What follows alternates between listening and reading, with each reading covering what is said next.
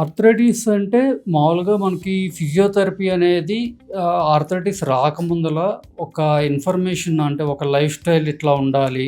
మనకి ప్రొఫిలాక్సిస్ అని అంటే ఏదన్నా ఒక ఇబ్బంది రాకముందల దానికి తగు జాగ్రత్తలు ఎట్లా తీసుకోవాలి అనే దగ్గరే మనం మొదలుపెట్టొచ్చు ఫిజియోథెరపీ. హ్మ్. అంటే ఫిజియోథెరపీలో మనం ఎర్గనామిక్స్ గురించి మాట్లాడవచ్చు. వాళ్ళ ల్యాప్‌టాప్ ఎట్లా యూజ్ చేయాలి, మొబైల్ ఎట్లా యూజ్ చేయాలి అనే కరెక్ట్ యాంగిల్స్ మనం సజెస్ట్ చేయటం మూలంగా వాళ్ళు అసలు ఈ స్ట్రెయిన్ అనేది అవాయిడ్ చేసుకోవచ్చు. హ్మ్. అన్‌ఫార్చునేట్‌లీ ఆర్థరైటిస్ ఎర్లీగా స్టార్ట్ అయింది. అందులో మళ్ళీ 3 రకాలుంటాయి. హ్మ్. అప్పుడప్పుడే మొదలైనప్పుడు ఏంటంటే మైల్డ్ ఫార్మ్ అంటాం. కొంచెం మధ్యస్థంగా వచ్చిన తర్వాత ఏంటంటే మోడరేట్ అంటాం. మరీ సివియర్‌గా అరిగిపోతే గనక సివియర్ ఫార్మ్ అంటాం. ఓకే. ఇప్పుడు మైల్డ్, మోడరేట్ వరకు ఫిజియోథెరపీలో మనం మేనేజ్ చేయొచ్చు.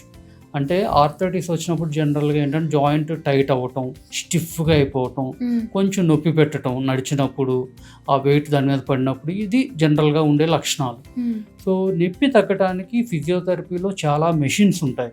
ఓకే. అవి కొన్ని వేడి ప్రొడ్యూస్ చేసే మెషిన్స్, కొన్నేమో నొప్పి తెలియకుండా చేసే ఐఎఫ్‌టి మెషిన్స్ లాంటివి, అలాంటివి.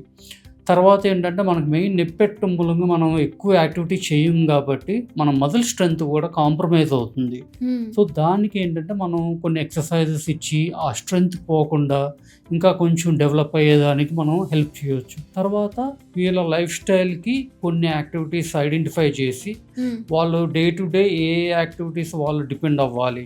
హ్మ్. ఇది ఆర్థరైటిక్ జాయింట్ కాబట్టి అది సేఫా? కాదా? హ్మ్. ఆ సేఫ్ కానీ ఏంటంటే వాళ్ళకి మానేయటం, అవాయిడ్ చేయటం.